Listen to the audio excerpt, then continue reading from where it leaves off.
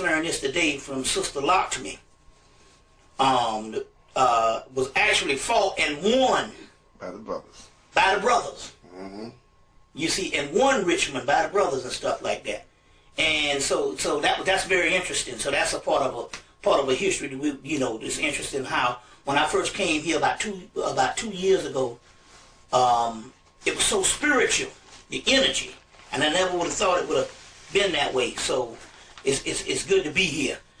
But we're just going to kick it around a little bit, and we're going to be talking about mostly the attack. First thing I want to do to start things off is I want to make this particular thing this very clear. I was talking to Dr. Richard King about a month ago on a phone conversation, and he has a new book out. Him, this is Dr. Ann Brown from New York, mm-hmm. and there's a brother named T. Owens Moore. Okay. That did a couple of books on melanin. And they got a book together, Why Melanin Matters. And so Richard King was saying about, I think he called it the nucleocerealis. It's a part of the melanin that he says that they've done studies, and this particular part of the melanin deals with fear. Mm-hmm. And I think that Hollywood and the government knows this. And this is the reason why they've been killing us off in movies since the 1950s. They was killing us off in movies when they didn't even have blacks in movies. Mm-hmm. And remember the guy that, your boy, the Sweetback Badass song, what's it, Melvin Van Peebles said that when they first showed his movie, I think it was in Chicago or something, and they aired it, and he said it was a, and you know, because this was the prototype of what which would later become the black exploitation flicks. Mm-hmm. But he said when when they showed the movie that first night in Chicago to see how the black audience would take it, mm-hmm. he said it was an older woman in the crowd sitting near the front, and the older woman said, "Oh Lord," when he was running, I think he was running from the cops or running from, you know, running. He did a lot of running in the movie. Mm-hmm. And the older woman said, "Oh Lord, please don't kill him." Because up to then, she had been seeing a couple of black people getting killed in movies. Even Sidney Poitier got killed in a movie where the guy stabbed him in the back with a fishing hook in the 1950s, a black and white movie. Okay. And the point what I'm trying to make here is we got to put a stop to, well, I know it's not going to happen, but we need to choose not to watch movies where we die all the time. Because, like Richard King is saying, if the melanin is affected by the fear, then that stuff is going into our psyche and into our melanated brain. Now, let me give you an example now, because like I said, in the first when I saw Enter the Dragon, and I knew this was a Enter the Dragon, and it came out later. Enter the Dragon came out fall '73, and I thought it affected me because I was a little younger when the movie came out. Mm-hmm. But I saw the movie again when I was 30. Okay. And I still was affected by the killing of Jim Kelly.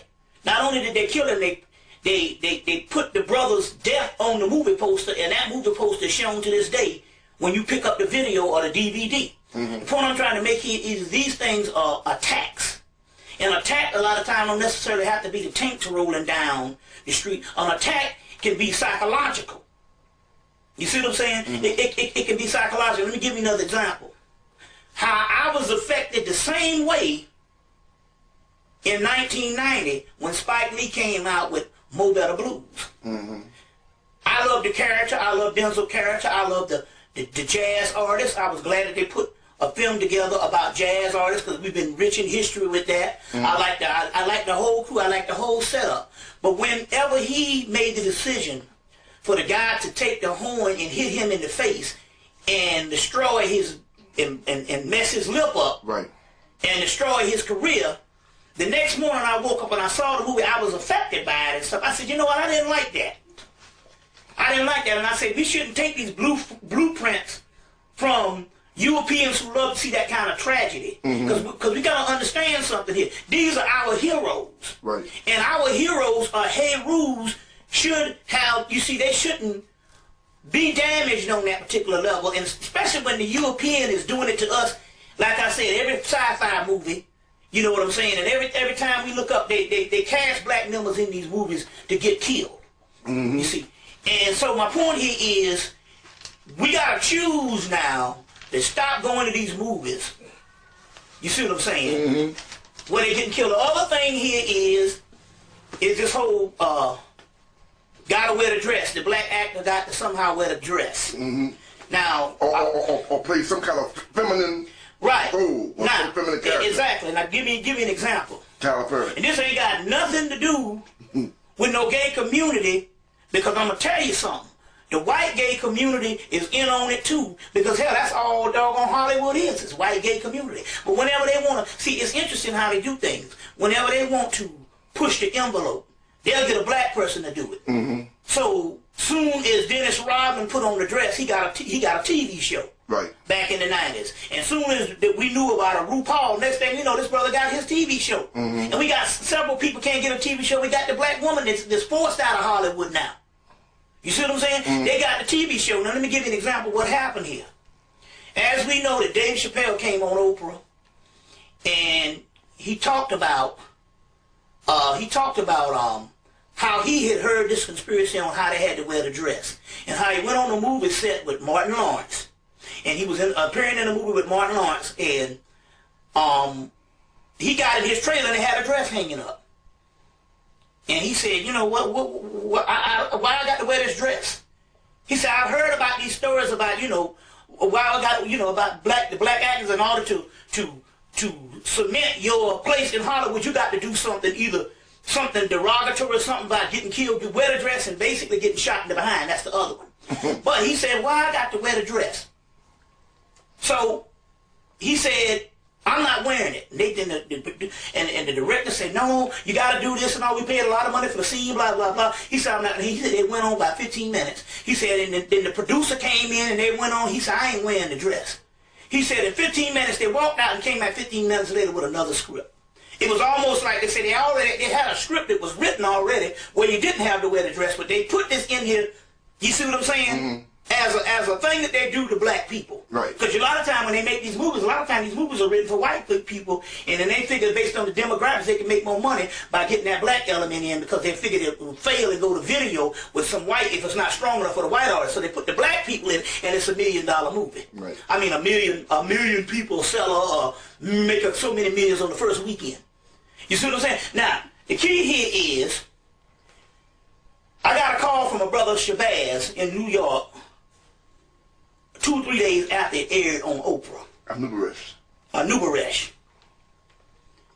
And he told me, he said, remember, we had did a lecture in New York. I had done a lecture in Brooklyn in the summer of 2003 at a place called the Brown Chocolate Cafe. I said, I remember the lecture. He said, remember we invited all the rappers, and they was coming to the lecture because he's good friends with all these rappers, RZA, I think Nas was coming, and a bunch of them. Even Dougie Fresh. Right. And he said they was coming, but somebody missed and put that the rappers was going to show up on the flyer. And he said, then they called and said, yo, we can't do this. We can't come now because, you know, our agents, you know, they look out and they find out that they tell us that we can't go to certain events. So they put a dent in that since that conscious rap. And it's interesting here because I was talking to a sister named Tapper recently, and she was saying that yes, she was in the music industry, and she said she know rap. She said not only that, they have to report in like parole officers. If they get a big contract, they got to report in like reporting into a parole officer and tell them what functions they go into and whether these whereabouts are suitable for the music industry or the company. So anyway, they didn't come, but they got the tape. He said that the tape that I gave them was about you speaking about how the actors got to wear the dress or get shot in the behind. He said, and by Dave Chappelle being big friends with the whole rap scene, they gave the tape to Dave Chappelle. So when he said on Oprah about, I heard about to have to do the dress, he said, the brother Shabazz said, it was based on the lecture that I had done in New York in 2003.